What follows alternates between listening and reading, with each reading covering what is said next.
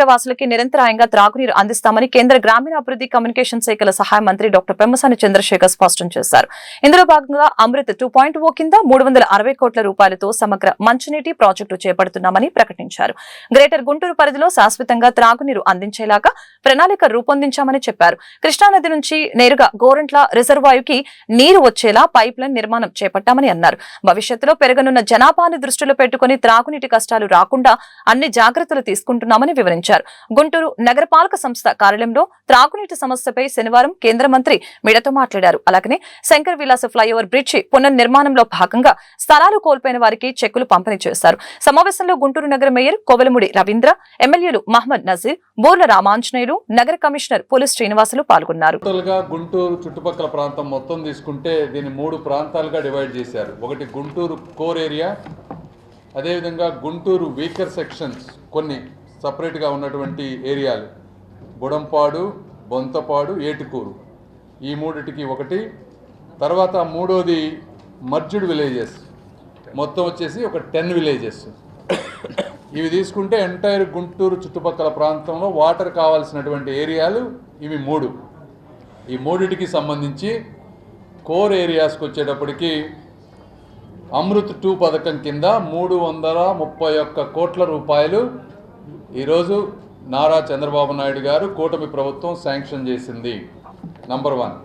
Number 2, weaker section areas ఉన్నటువంటి ఆ 3 విలేజెస్కి వచ్చేటప్పటికి 32 కోట్ల రూపాయలతోటి అది సెకండ్, దాన్ని కూడా శాంక్షన్ చేశారు.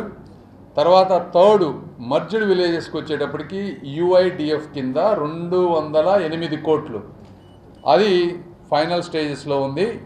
అది అప్రూవ్ అయిన తర్వాత చెప్తాం. ప్రస్తుతానికి గుంటూరు కోర్ ఏరియాకి, వీకర్ సెక్షన్ ఏరియాస్కి కలిపి దాదాపుగా 360 కోట్ల రూపాయలు అప్రూవ్ అయింది.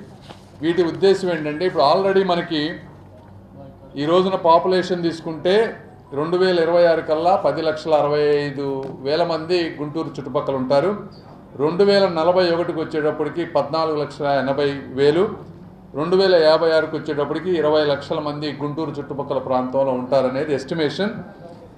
టోటల్ మనకి కావాల్సినటువంటి వాటర్ డిమాండ్ ఈ రోజున 169 MLD ఉంది.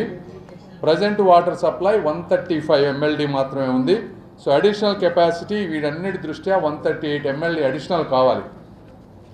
ఇవన్నిటినీ అంటే ఫ్యూచర్లో ఎటువంటి ఇబ్బంది లేకుండా ఇప్పుడున్న తక్కెళ్ళపాడు ఈ వాటర్ సప్లై ఇది ఇలానే ఉంటుంది.